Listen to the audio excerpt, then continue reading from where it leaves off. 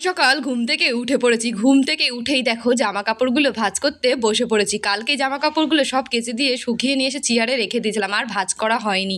তাই জামা কাপড়গুলো আগে ভাঁজ করে আলমারিতে পাটপাট করে গুছিয়ে রাখলাম। আমার এই শখের আলমারিটা যতই সুন্দর করে গোছায় না কেন, তাও একটু পরে সেই দেখবো আবারও এলোমেলো হয়ে গেছে। যাই হোক, আলমারিটা সুন্দর করে গুছিয়ে বিছানাটাকে ঝেড়ে একটা ঝাঁটা নিয়ে এখন আমি ঘরের ভেতরগুলো খুব সুন্দর করে ঝাঁট দিয়ে নিচ্ছিলাম।